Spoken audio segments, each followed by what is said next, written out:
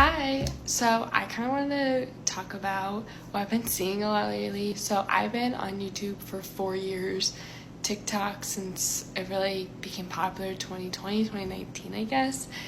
And I've been hearing so many people saying, oh, I want to be an influencer. And no means am I an influencer. I'm lucky enough to have a couple thousand subscribers both on TikTok, YouTube, whatever, just discussing my experiences as a hard of hearing person with sign language. And I kind of want to show you guys like what it really entails. So because I only have a couple thousand subscribers, people think I don't get hate messages, but this is the stuff I get on a regular basis. So this is when I was in college, and this is the message I got. What's it like waking up looking like an ugly every day? I couldn't relate, and I'm generally interested to know. I thought it was some other person named Luke who was bullying me online. So that's why I responded this.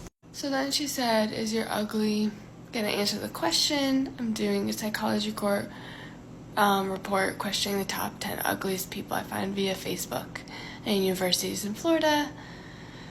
And then this is what gets me, because it's actually kind of funny. She put, I'm gonna use this photo, sent a photo myself when I was like in high school. She's gonna cover how people living with no top lip may feel like living in a society with normal people lips. And you know what? Can't be mad at that, because that's just true.